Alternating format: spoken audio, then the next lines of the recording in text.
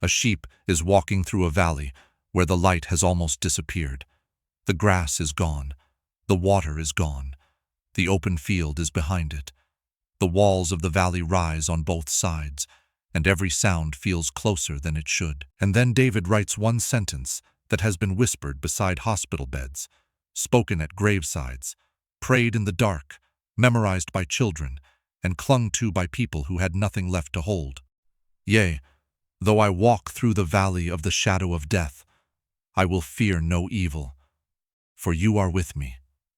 Most people know Psalm 23 as the comfort psalm, the shepherd psalm, the funeral psalm, the psalm you quote when life is falling apart and you do not know what else to say. And all of that is true, but it is not the whole truth, because Psalm 23 is not only comforting, it is carefully built.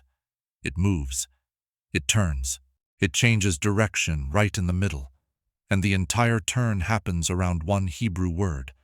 The word is Immadi, with me.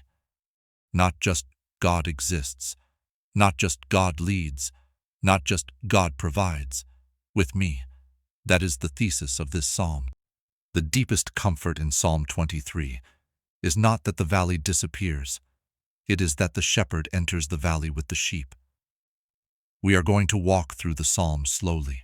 We are going to see why David begins with green pastures and still waters, why the valley appears in the middle and not at the end, why the grammar suddenly changes in verse 4, and why one small Hebrew word turns the whole psalm from a beautiful religious poem into something much more personal. Because here is the detail that changes everything. Before the valley, David talks about God. In the valley, David starts talking to God. Slow down on this. Psalm 23 begins, "The Lord is my shepherd. He makes me lie down. He leads me. He restores me. He leads me again." God is He. David is describing Him. But when the valley comes, the language changes. "For you are with me.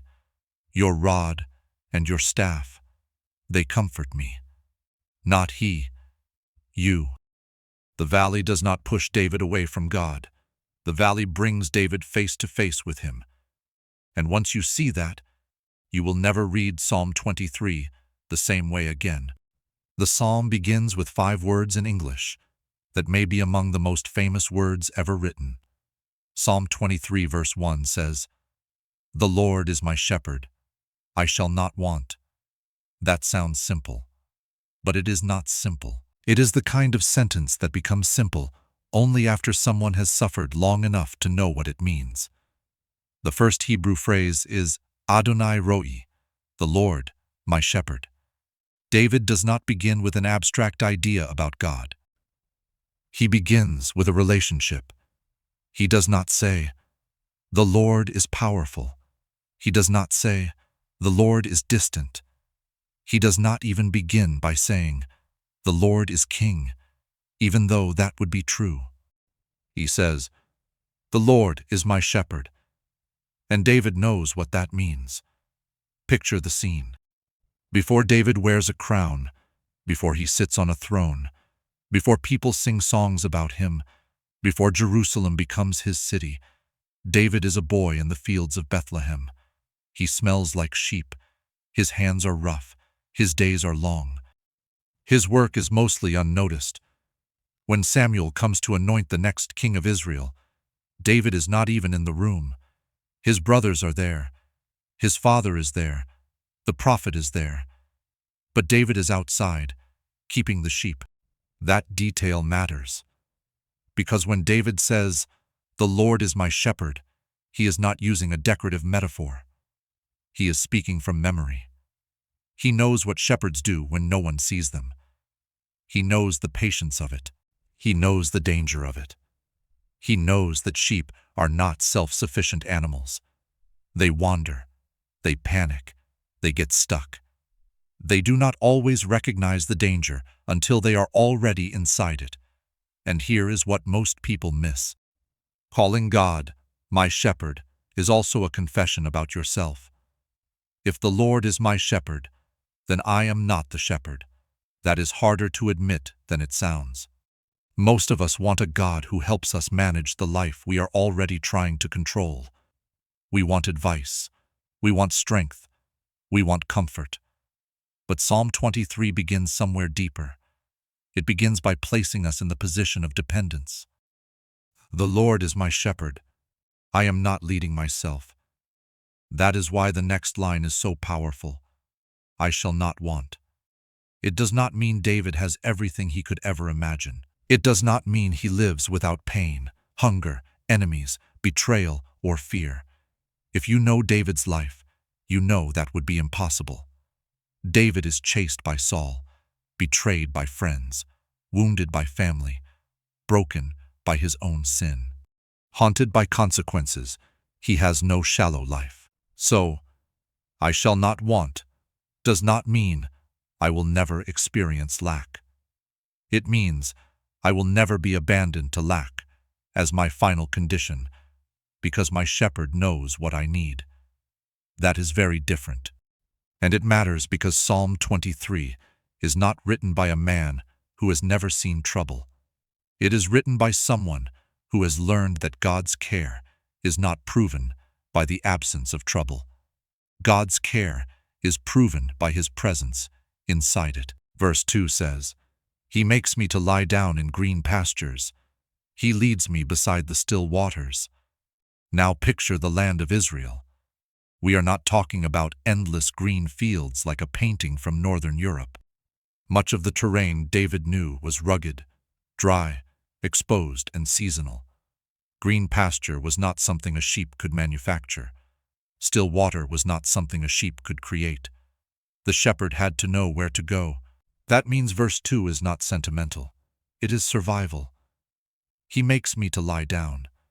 That is a strange phrase. Sheep do not lie down when they feel threatened. They do not rest when they sense danger. They do not settle when they are hungry, agitated, or afraid.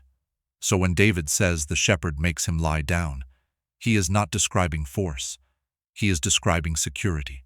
The shepherd brings the sheep to a place where the body can finally stop bracing. Some of you know exactly what that means. You can be sitting in a quiet room and still not be at rest. You can be lying in bed and still not be at rest. You can be surrounded by comfort and still feel hunted inside your own mind. Psalm 23 is not promising a life with no valleys. It is showing you the kind of shepherd who knows how to give rest before the valley comes. And that matters, because the green pasture is not the whole psalm. This is one of the mistakes people make with Psalm 23. They want verse 2 to be the permanent Christian life. Green pasture, still water, restored soul, gentle guidance. And those things are real gifts.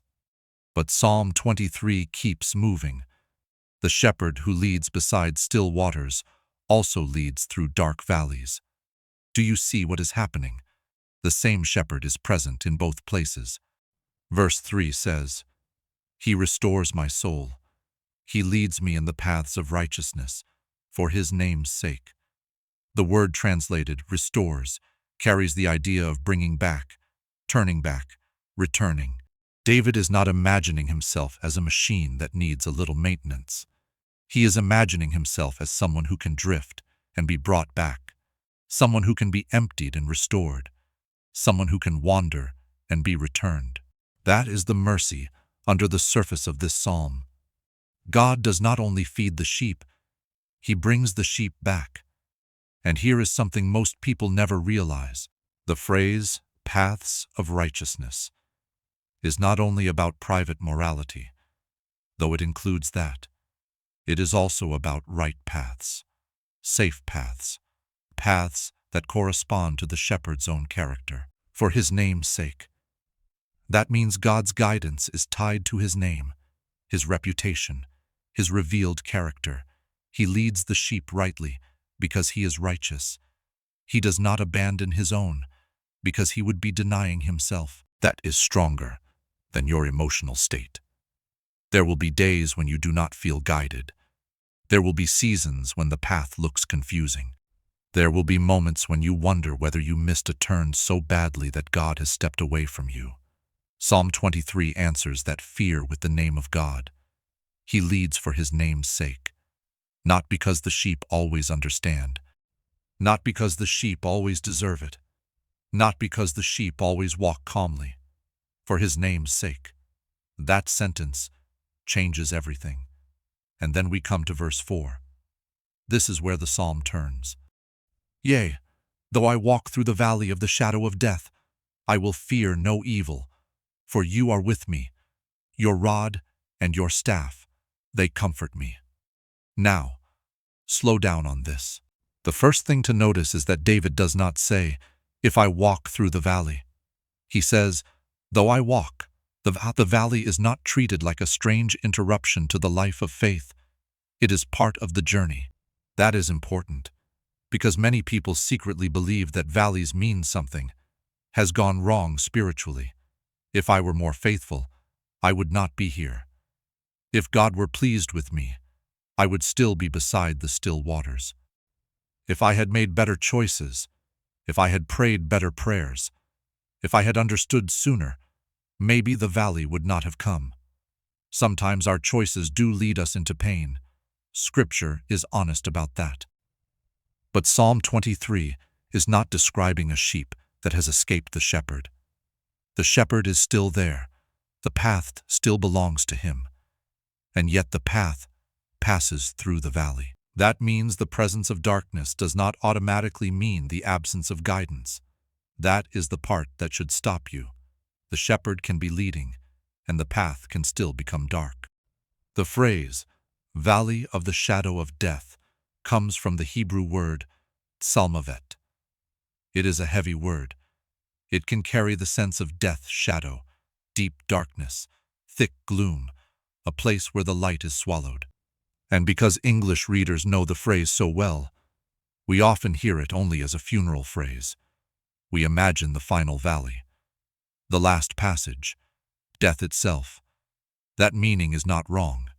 Death is certainly included in the shadow. But the word is wider than that.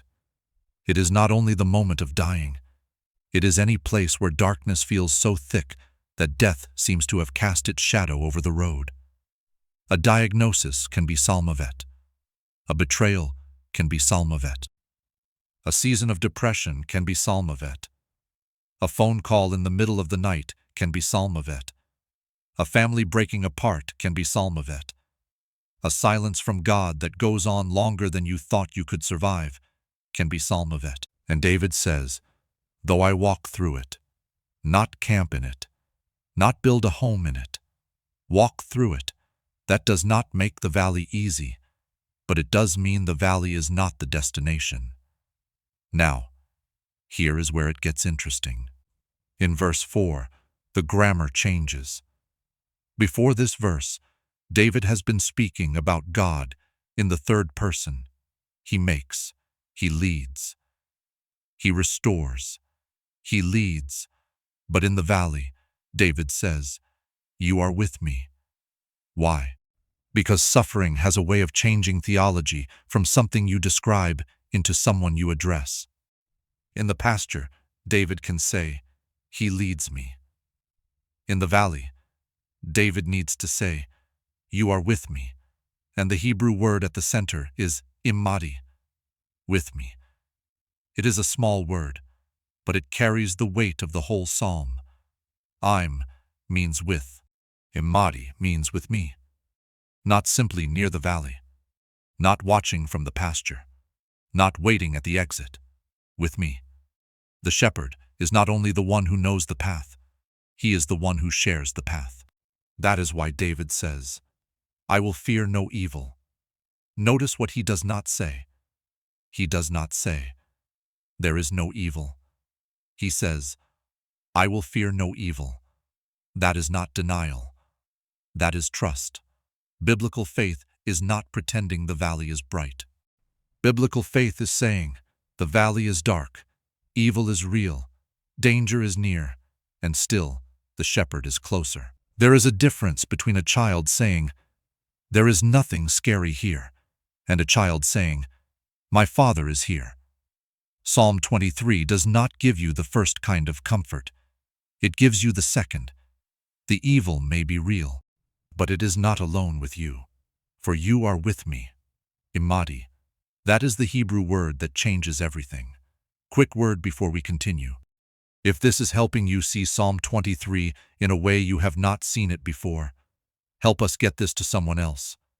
Subscribe, leave a comment, and share it with a friend who needs to know that the shepherd does not leave his sheep in the valley. Now watch what happens next. David says, "Your rod and your staff, they comfort me." That line sounds gentle to us because we know the psalm, but the objects David names are not decorative.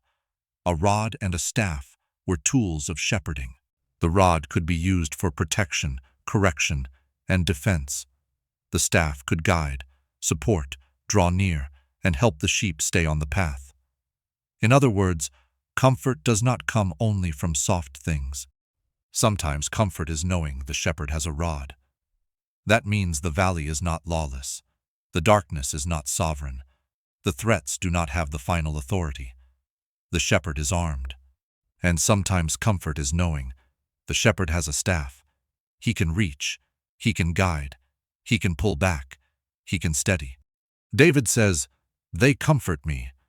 The Hebrew behind comfort is connected to the idea of consolation, relief, a deep inner strengthening.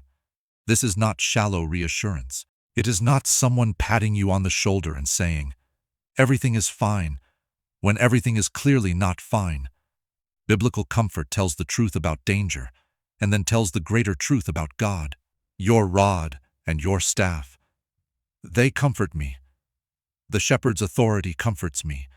The shepherd's guidance comforts me. The shepherd's nearness comforts me. And this is where Psalm 23 becomes deeply personal. Picture a woman sitting in a hospital room. The machines beep. The clock ticks. The hallway outside is too bright, but the room feels dim. She has prayed the same sentence again and again until the words barely feel like words anymore. Have you been there? Maybe not in that room, but in your own version of it. A room where God felt silent. A season where the future seemed to shrink down to one frightening possibility. A valley where the words, "I will fear no evil," did not sound like poetry. They sounded impossible. Psalm 23 does not shame that fear. It gives fear an answer, not an explanation first. A presence. For you are with me. Isaiah 43 carries the same kind of promise. God says, "When you pass through the waters, I will be with you, not if. When, not I will explain everything before you enter. I will be with you." And that means right there, in the room, with the beeping machines and the unanswered prayer. The silence is not proof of abandonment. The shepherd may not be speaking in the way you want, but the psalm teaches you to look for the deeper promise. Immadi with me. That is the center. Now, we need to notice something else. Psalm 23 does not end in the valley. This is important because some people read the psalm as though verse 4 is the climax and everything after it is just a peaceful ending. But verse 5 brings a surprise. You prepare a table before me in the presence of my enemies. You anoint my head with oil. My cup runs over. The image changes. We began with a shepherd and sheep. Now we are in a place of hospitality. A table, oil, a cup, enemies nearby. But the pronoun remains personal. You prepare. You anoint. The intimacy that began in the valley continues after it. That matters because once David has learned to say, "You in the valley," he does not go back to a distant he. The valley has changed the relationship. Do you see what is happening? The darkness did not destroy David's faith. It deepened the address of his faith. Before the valley, God was the shepherd he trusted. In the valley, God became the shepherd he spoke to. After the valley, God is the host who welcomes him, and the table is prepared in the presence of my enemies. That phrase is easy to rush past. But slow down on this. God does not wait until every enemy disappears before he prepares the table. The enemies are still present. The threat has not been completely removed from view, and yet there is a table. This is one of the strangest comforts in the Bible. God can nourish you before he removes everything that frightens you. Some of us are waiting for peace to begin, only after the enemies vanish, after the problem is solved, after the diagnosis changes, after the relationship heals, after the finances stabilize, after the fear leaves. But Psalm 23 shows a table in the middle of tension, not because enemies are harmless, but because they are not hosts. The enemies may watch, but they do not prepare the table. God does. That means your life is not defined by the presence of opposition. It is defined by the presence of the Lord. You anoint my head with oil. In the ancient world, oil could be a sign of refreshment, honor, healing, consecration, welcome. A weary guest enters a home, and the host does not treat him like a burden. He honors him. My cup runs over. Not just enough. Overflow.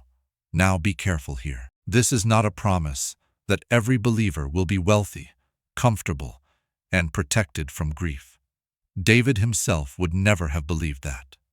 His life argues against that shallow reading. The overflowing cup is not a denial of suffering. It is a testimony that God's goodness is not exhausted by suffering. The valley was real. The enemies are real. But so is the table. So is the oil. So is the cup. And maybe the most stunning thing is this. The same you who was with David in the valley is the you who prepares the table. God is not one kind of God in the pasture and another kind of God in the valley. He is not gentle when things are easy and absent when they are hard. Psalm 23 gives you one Lord across every landscape. The shepherd in the pasture, the companion in the valley, the host at the table. One God, one presence, one unbroken care. Here is something most people never realize. Psalm 23 is not only about being comforted, it is about being pursued. Verse 6 says, "Surely goodness and mercy shall follow me all the days of my life, and I will dwell in the house of the Lord forever." That word follow is stronger than many English readers expect. It has the sense of pursuing, chasing, going after. Usually, in the Old Testament, enemies pursue, armies pursue, danger pursues. But David says goodness and mercy will pursue him. That is not passive. The Hebrew word for mercy here is hesed. It is one of the richest words in the Old Testament. Covenant love, steadfast mercy, loyal kindness, the love that binds itself to a promise and does not let go. David does not say, "Surely nice feelings will follow me." He says goodness and hesed will pursue me all the days of my life. All the days, not only the pasture days, the valley days too. The days when I understand, and the days when I do not.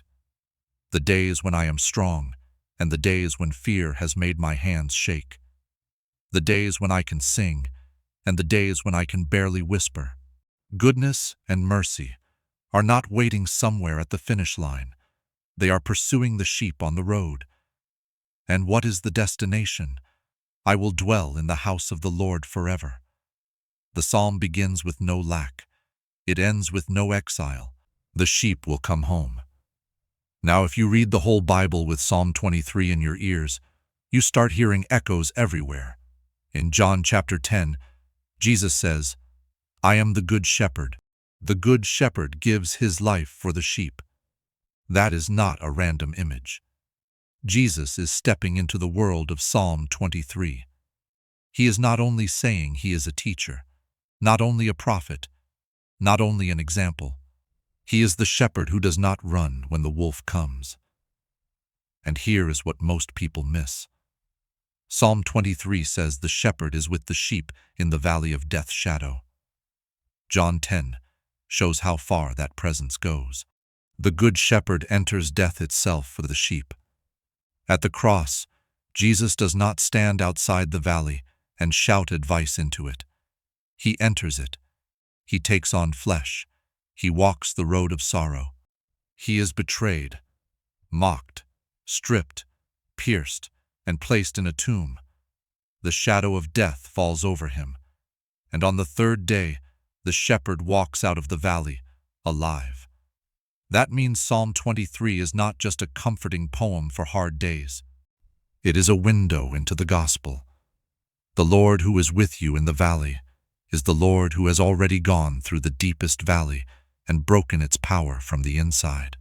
That is why Christians can read Psalm 23 with a hope David could only see in outline. David knew the Lord as shepherd. We know the shepherd by name, Jesus Christ, the one who says in Matthew 28, "I am with you always, even to the end of the age." There it is again, with you. Immadi becomes the heartbeat of Christian hope. God with us in the incarnation, Christ with us by his Spirit, the shepherd with his sheep until the end of the age. If this kind of study matters to you, consider supporting the channel by subscribing and sharing the video. It helps more people find careful Bible teaching that slows down long enough to notice the details. Now let us bring this back to the verse. Yea, though I walk through the valley of the shadow of death. That line tells you the valley is real. I will fear no evil. That line tells you fear does not have to rule. For you are with me. That line tells you why. Not because David is brave by personality. Not because the valley is safe. Not because evil is imaginary. Not because suffering is small. Because you are with me. Everything rests there. And this is why the word Immadi changes the psalm. It is the difference between a God who gives directions and a God who gives himself. Think of a child lost in a crowded place. Someone could hand the child a map. Someone could point toward the exit. Someone could explain the layout of the building. All of that might be accurate. But what the child needs most is the hand of the Father. Psalm 23 is not merely a map of suffering. It is the hand of the shepherd. That is why people return to this psalm when language fails. When grief is too large for explanations, Psalm 23 does not try to explain everything.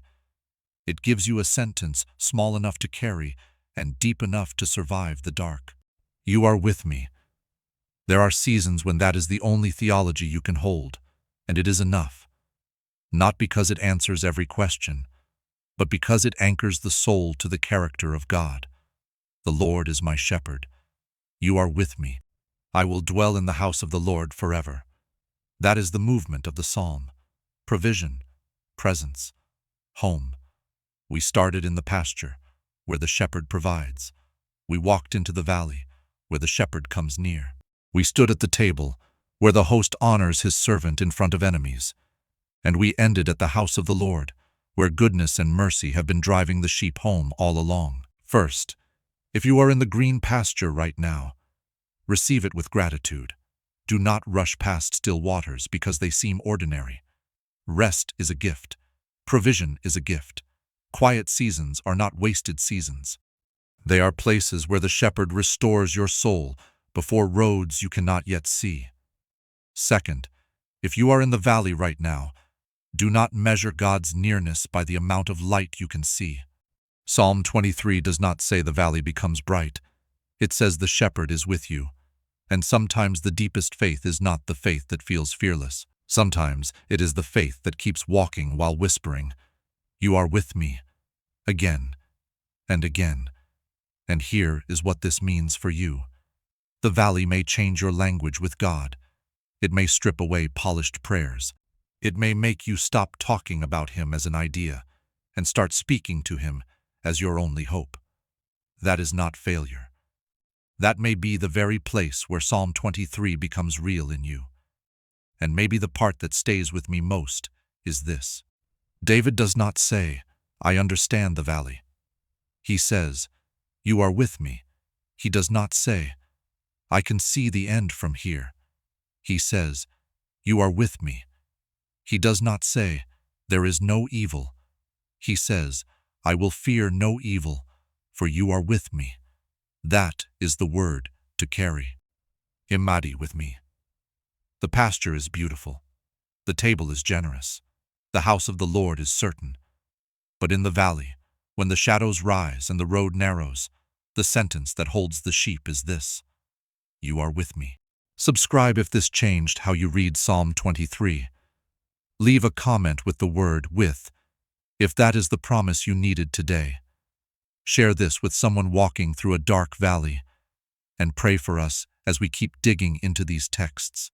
And may the shepherd, who restores your soul, walks with you through the shadow, prepares your table, and pursues you with goodness and mercy, hold you close until you dwell in the house of the Lord forever. God bless you.